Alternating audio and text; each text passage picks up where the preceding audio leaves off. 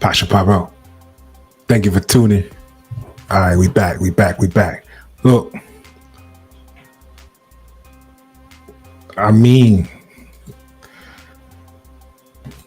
is it the smell of sweat, tears, or both? Your stomach growling, your muscles ache. What's that? What's that sight that your family sees etched on your face? Is it loss? Grief? How's your anxiety, fam? Can you sleep? In the silence? Lay still? Like the pile of unpaid bills? If that's all you got after all you've done for them, then I'm here today to ask you, why not give yourself a try? Why not give yourself a try? If that's all you got anyway, what do you have to lose? What do you have to lose? If you see the Titanic is going under, the worst thing that can happen is you jump off early and start swimming and don't make it. Technically, everybody was going under anyway. So you kind of gave yourself a better chance. I mean, let's talk some numbers here. Let's talk some numbers. Like right now, let me see here. Let me show you these. So right now, average 401k, right? Average 401k balance in 2024 varies per age group. So the overall across all age groups is $134,128. The median balance is reported to be $28,900 in the first quarter, 2024. So the breakdown per age group is ages 20 to 29 have an average balance of around $14,000. Let me know if you okay with talking currency. Let me know how true these numbers are. So it says that the average or the ages 20 to 29 have an average balance of $14,000. 30 to 39, $40,000. 40 to 49, $90,000. 50 to 59, $160,000. And ages 60 to 69 have an average balance of $182,000. Now, who's going to retire?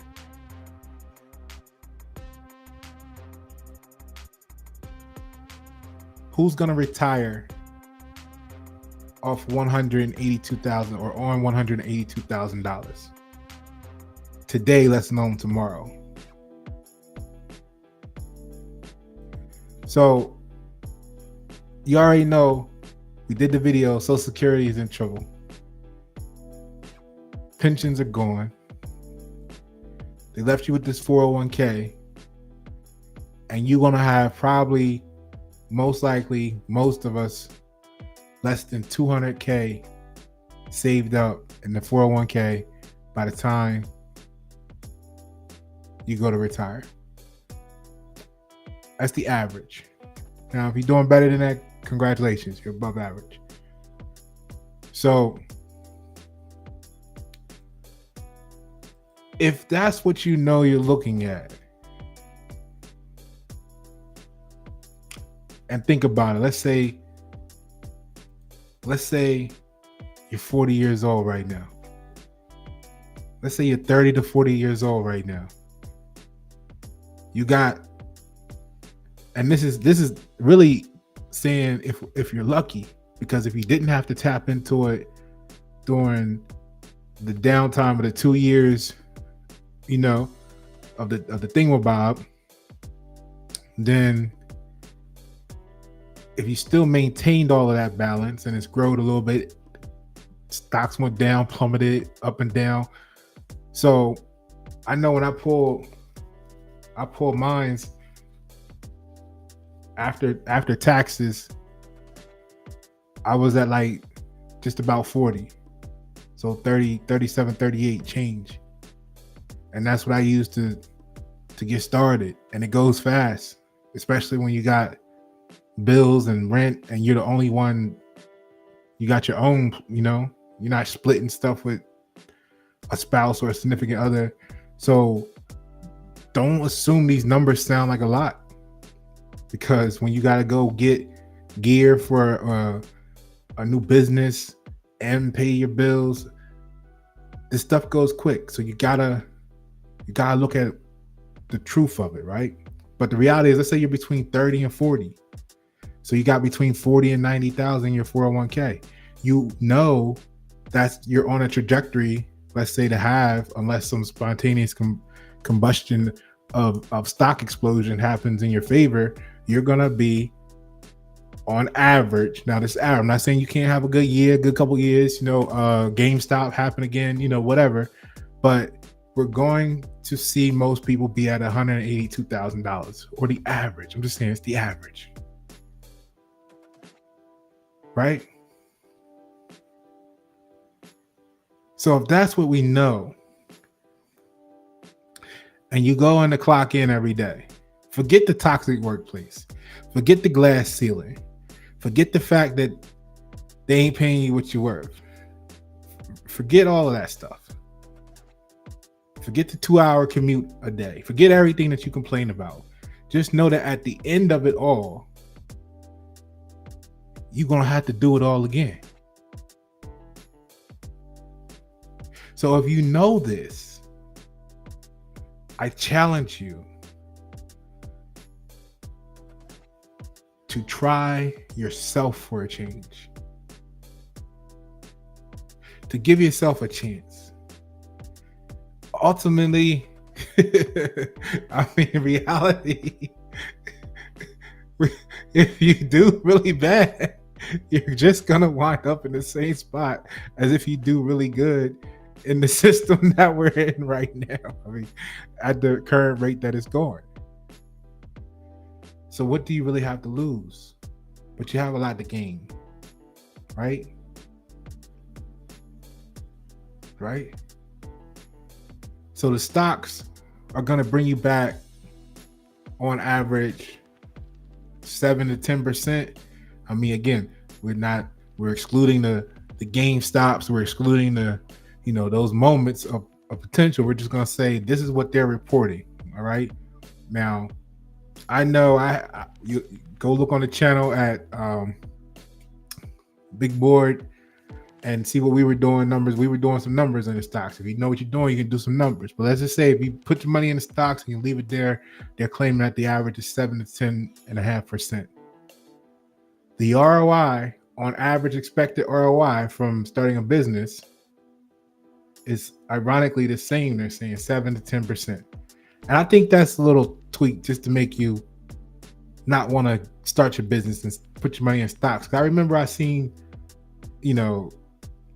a report a couple years back that said it was like hundreds of times the ROI and percentages for starting a business. All right. So you got the potential for higher returns. If you start a business, you can you have more control over your income, right? Now, more control. Not to say you have total control, but you got some diversification. There's risk and challenges that come with it, but SSI ain't gonna be there. So what do you got to lose, right? You gotta do something. So what I'm gonna get into why I really started, but I had to put this information here first because I had to make it make sense for you, right? What we're going to talk about. So they're claiming that the net profit margin, or the average net profit margin across various industries in the US, is 7.71%. and for small businesses, it's 7 to 10%. And they give industry specific examples like the financial services. They said this sector leads the net profit margin of over 30% for banks and 26.94% for non-bank financial services. So if you're thinking about a business to start, I mean, as much as I knock them for not really being a business and more of a subcontractor because they didn't create the products, they're making the most profit on average. Oil and gas. The oil and gas industry maintains a high net profit margin, 28.26%, they say. Software, entertainment, and systems applications, software companies report net margins around 20%.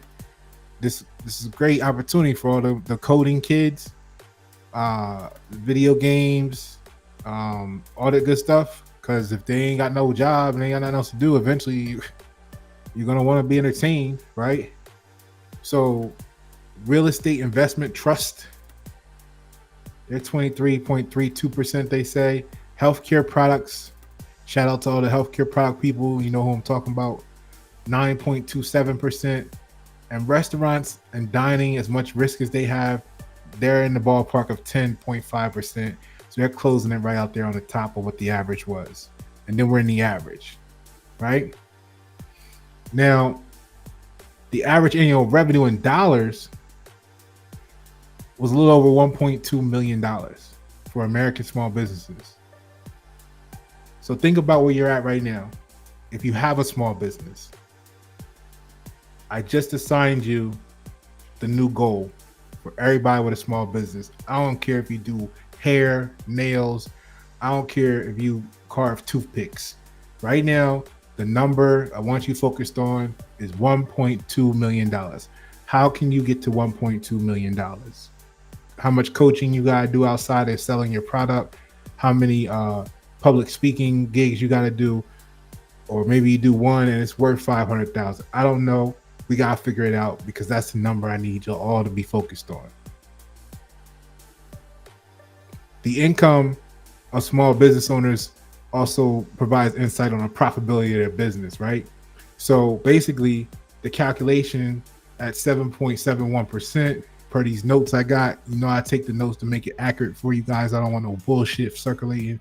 So the calculation at 1.221884 million at 7.71% leaves a net profit of $94,168.23. So to make six figures a year, actually make six figures a year, the average business has to do over $1 million, over 1.2 million. Now that leaves you some choices. I mean, I happen to enjoy what I do. One of the benefits is there's relatively little overhead because it's a creative industry. And since there's no paint, there's no, whatever. It's a lot of up here though, intangibles, right? So you got it, or you can get it in the future. But the point is, if your business doesn't have a lot of overhead to do what it does, I mean, then your profit is going to be greater. So your average goes up. So think about that when you think about what you want to start. Or think about, maybe you're just good at something. Maybe you are a cook. Maybe you are a chef. Well, now most of your expenses is going to be on the food for you to cook it, right? You got to buy the food. You got to buy the containers to put the food in. You got to, what you're going to silverware, napkins, salt, pepper, whatever, you know what I mean? So you're going to have overhead. And this is why these profits are looking at 7 to 10%, which I think is like, right? That's tough. That doesn't leave a lot of room for error, okay? So now the average salary of a small business owner is $69,647, which is 6% above the national average wage. Think about that. The average salary of a small business owner is $69,647 per accounts, per reports, which is 6% above the national average wage. So what do you have to lose? If the average business owner makes 6% more, I'm not saying that's a lot. What I'm saying is it's the same paper, but you can create your own environment to operate in, your own space, your own product, your own relationships. Have all the benefits, the control, the more control, not total control. You still got to have customers. They still got to have currency flowing through the community to be able to pass it along. So we still got to fight that battle, making sure everybody eats so that everybody can eat. But State of the Union is, why are you still clocking in? If the average 401k has 40 to 90,000, I mean, what would happen if you pull your 401k and start the business you always wanted to start? Because otherwise, in 5 years, chances are you're gonna have to pull it anyway, but your rent gonna be 3 times as much, so it's gonna go 3 times as quick, and you're only gonna survive for a year anyway. I mean, I'm that's hypothetical stretch theatrics, but it could be reality any given day now. All right, but you get the point of what I'm trying to say. If we know there's a time bomb and you got an opportunity to do something, why not take the first shot? Right? There's a lot of incentives. There's a lot of incentives right now. Government incentives, if you want to, depending on your relationship with the government, right? There's talks about it being a lot of lower costs, but we know that's kind of crazy. Maybe not true, because everything is rising with the so-called inflation. But you got some good things like market opportunities, because the economic downturn is going to shift what they describe as consumer behaviors, right? So they're not buying this no more, they're going to be buying that. Gives you an opportunity to come in with the new product. You know what I mean? They want the new product now because you got that, and now they can, it fits their budget. They wouldn't have thought about it before. You created something new. Boom. Now you soaring, right? Now you're above average, right? Less competition. So with some business struggle or failing, right? It reduces the competition. But what you're doing by starting is you're giving the community more choices. Like when they need something now, they're not limited to the Walmart. They're not limited to the Target. They don't have to pay $20 for a hamburger. Maybe you got one for $12. Maybe yours is $25, but it's blazing, right? So you got to look at what you can do, not just for yourself, but what you're able to do for the community. Because if this collapses tomorrow, you're still going to need what you want today as your local community. Where are you going to get it from if you don't start your business today? So that it's up and running enough to the point that by the time it's super needed, you in position. We in position. Now, the coolest part, I think, is the availability of talent. Because if everybody's struggling to find work, that means they're not at these jobs. So if they're not at these jobs, but they're looking for work, now you start your business, they can work for you or with you, consultation. At the same time, people, you gotta respect the fact that this is a great opportunity. This is why you can come to Pasha and get your logo, and instead of it being 10 grand, he gonna throw it to you for 5 or 4, the whole package. Because I know the economy's struggling and suffering, but for me, I want to create sustainable communities. That means I gotta get you in a position to be sustainable, to help the community become sustainable around you. So for me, it's an investment. It's an investment. Yeah, we know that businesses that make $500,000 or less should invest $20,000 to $80,000 in starting their marketing and branding. But I don't know too many people that got $20,000 to $80,000 right now. So I ain't hitting them for that. I'm hitting them for what they can afford realistically. Because if I keep you safe and get you started, now you are comfortable to grow. So yeah, come holler at me. I'll put you together for 5K or whatever, we get it done. Right? So now, then that puts you in a position to hire people from the community. That means the innovation, the ideas, all that stuff that would have went to corporate America and been sucked into a vacuum now comes home. And this ain't about what you look like. It's really all done by zip code, right? So if you keep the talent that's in your zip code working for your zip code, look at what you're going to be doing to your zip code, right? You see where I'm at with this? There's nothing I haven't said before. I'm just giving it to you a different way. But I hope now it makes sense because of the, what you see on the news, what you see out the window. Because a lot of people call me crazy 5 and 10 years ago, 15 years ago. But that makes you're like, well, Pasha, why didn't you everything? Why didn't you? Because I can't do it alone. You see what they did to me. If I'm by myself, they just take me out. You know what I mean? So I gotta start all over. I'm rebuilding. Right? I'm cool with that. I go up and down in life. That's what it is. You get higher, you climb. We talked about the steps. But if we all came together, how strong would we be right now if we had 10 years to prepare? So we know we got till 2030, give or take. That gives us a little over 5.5 years. You got time.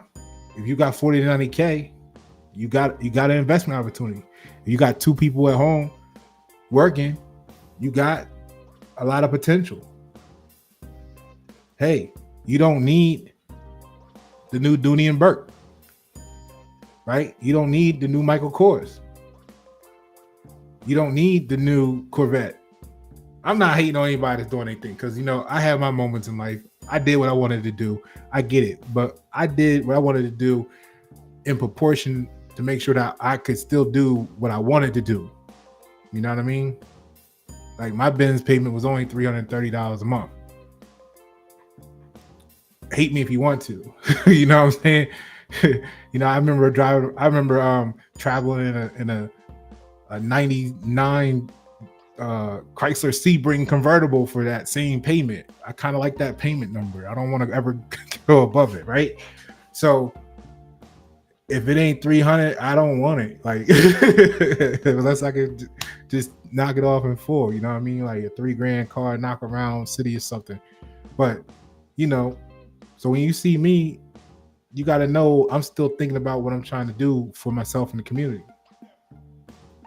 Right? The haters don't know that. They just see and they imagine, oh, he paying 800, he wasting it, he doing that, and look, he talking. No, nope. Right? But the point of the matter is, if you got 40 to 90K, what can you do with that now? Because at the rate of inflation, it's only going to be worth 15 to 60K in a couple years from now. I mean, as far as the purchasing power, right? Now let's take a look at this. I want to show you a couple things here.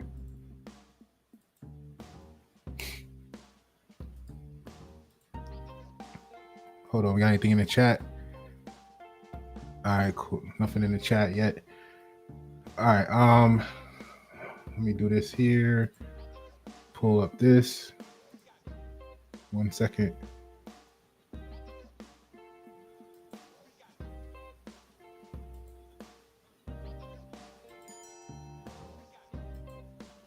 Boom, boom, boom, boom. All right. Hold up. There we go. Okay. So page number 1 I want to show is this right here, right?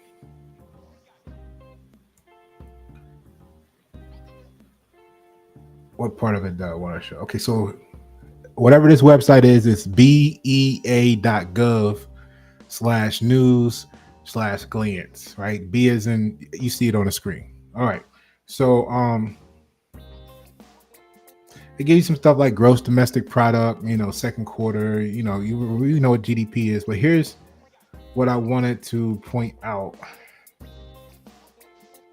International economic accounts. Number one, look at this right here. U.S. international investment position, first quarter 2024 annual update. So at the end of the fourth quarter 2023, it was at minus 19.85 trillion. At the end of 2024, first quarter 2024, it was at minus 21.28 trillion. We could read this over here, but let's just look at the graph. Basically, what it's saying is that we got U.S. liabilities and U.S. assets. And then this gray line down here at the bottom is the net. We all know what net is. Net is what we want, right? Look, it's already in the negative since 2015. And it's actually going further down as we're coming into 2024. It's almost negative $25 trillion, right? Which is what it said here. But look at the graph. It tells you, look at the direction, look at the trajectory. You know the ocean liner saying, the boat saying, the train saying, you don't stop an ocean liner or a train on a dime or turn the corner on a dime. So if this is the trajectory that it's been on for the better part of almost a decade, yeah, right? And we can make it safe to say that it kind of mirrors this in the inverse, this activity. And if this is taking now a sharp upturn, the little lag behind it, this is probably going to take a sharp downturn. Now, what else was on here that I wanted to show you? And then I go to the other page and we can start to wrap it up. All right, trades and goods deficit. Not that one. This one was pretty cool. The regional economic accounts, right? So look at your state here. The real gross domestic product increased in 39 states and the District of Columbia in the first quarter of 2024, with the percent changing or ranging from 5% at an annual rate in Idaho to negative 4.2% in South Dakota. So the best gross domestic product by state and personal income by state was a 5% average.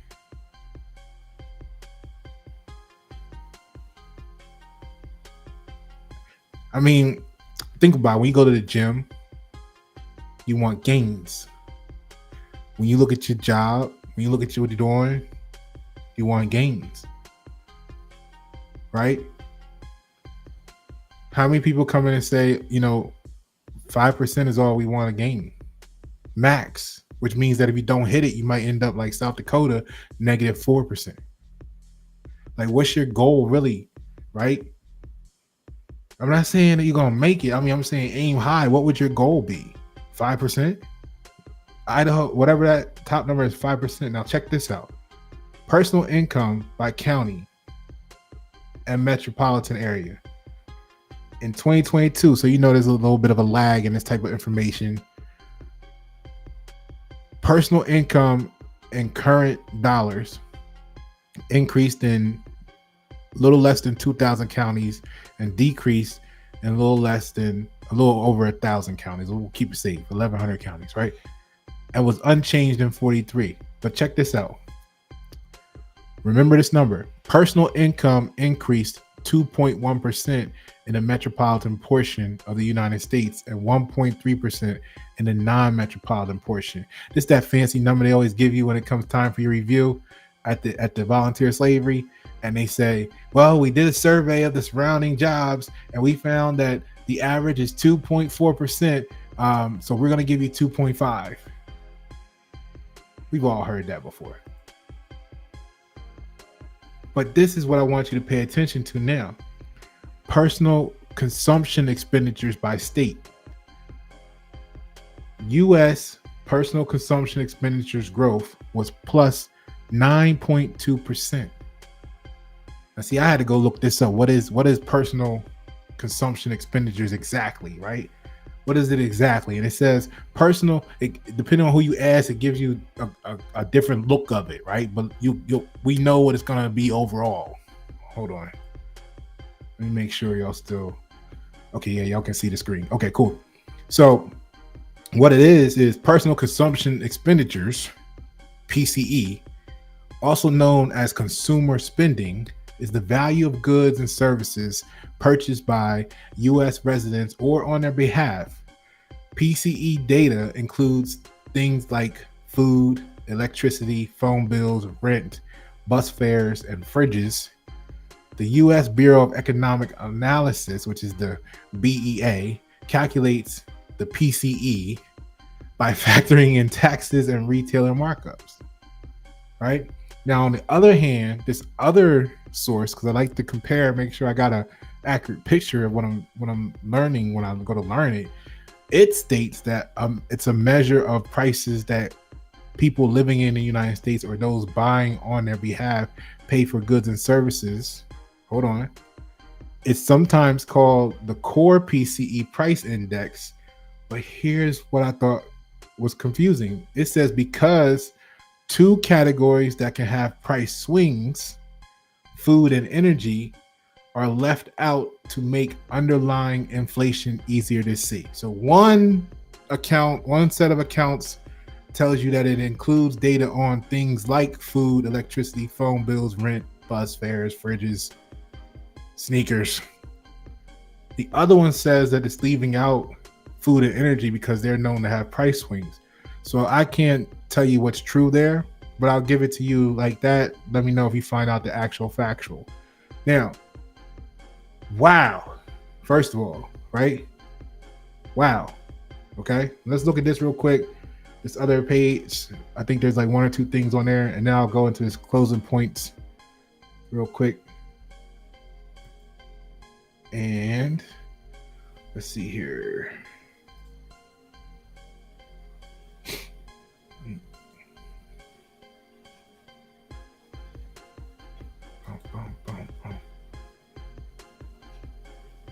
Hold on, give me a second.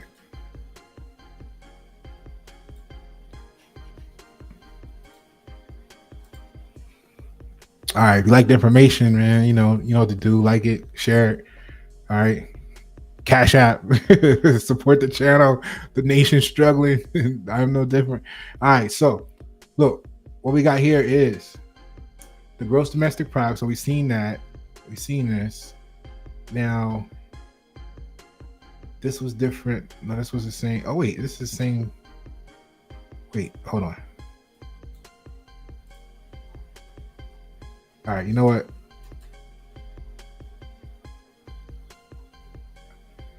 All right, they're the same page, just two different portions. Okay, cool. So now,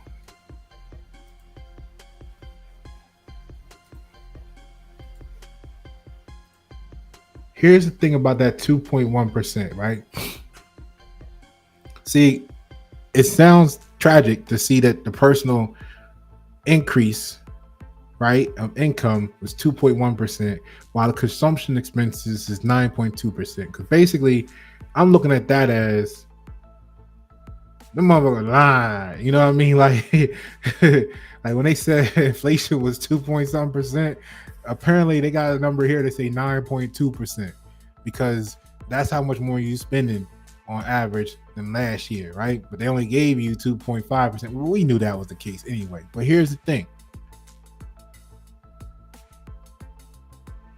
that 2.1% increased personal income makes it a good time every year for you to start a business, because they're going to always tell you it's 2.1%, right?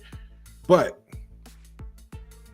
if people are making a little bit more, technically that means they have a little bit more to invest in your business, right? Now, here's the other thing to that.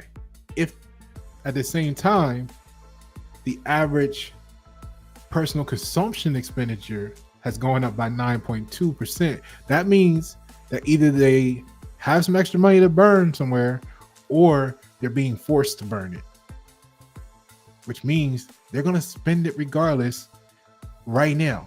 Now, this was a different year, a different moment in time. You get your 2.1%.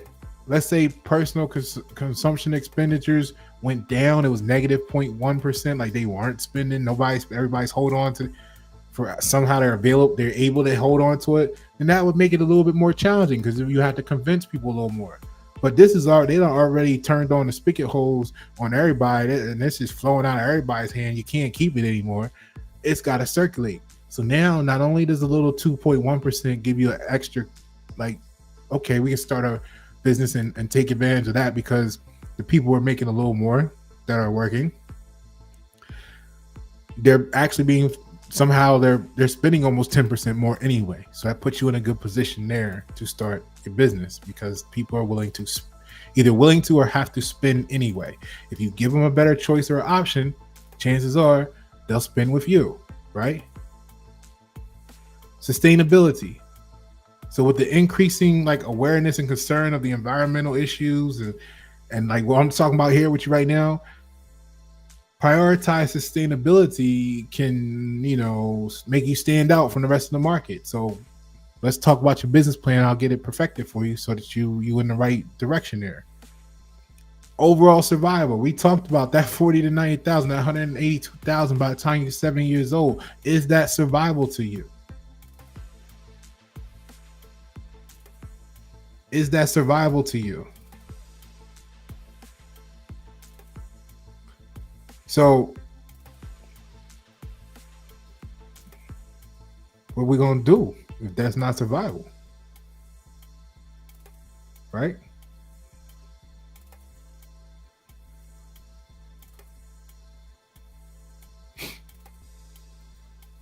Now, the economic contribution, when you start to think beyond yourself.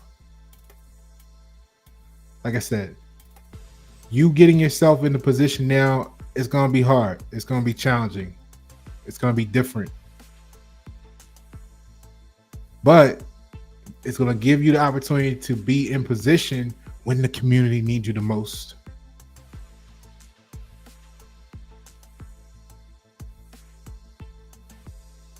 Which basically makes your value go up. You're going to be able to contribute to the economy. You're going to be creating jobs and potentially providing a needed service or product.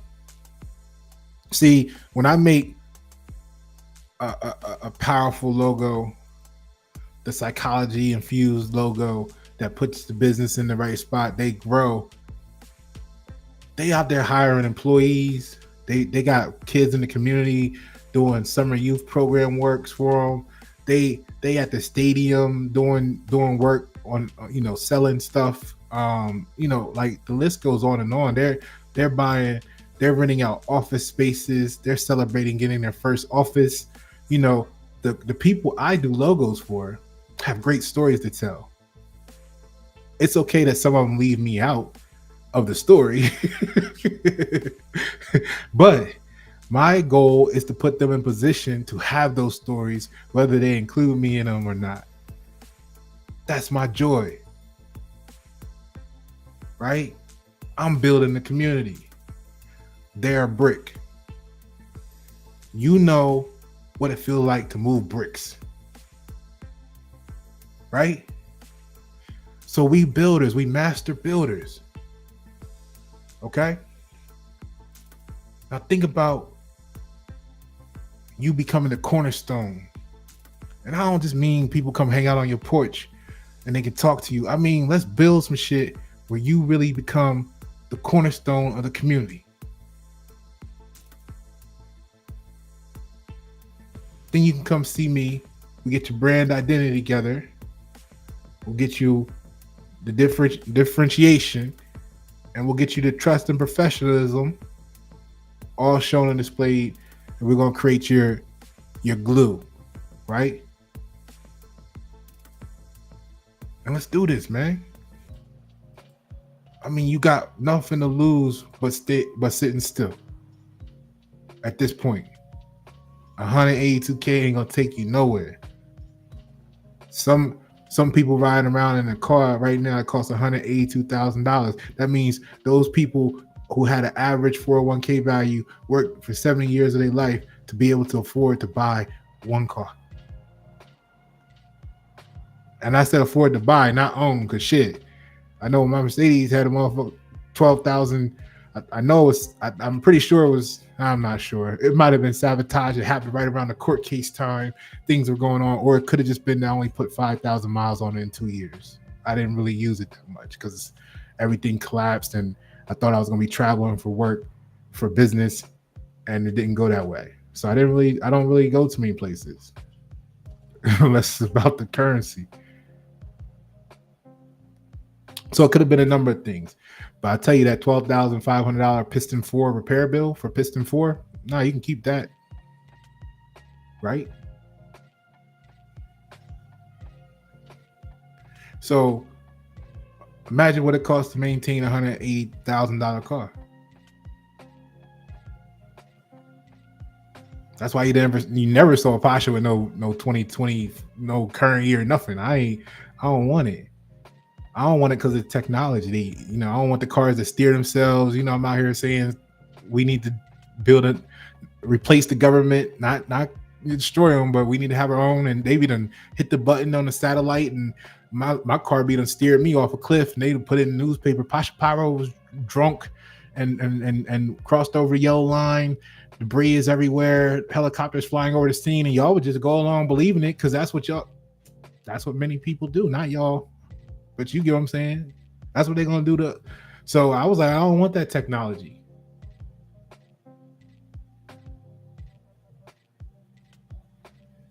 All right. So let's get this together. Pasha Paroh.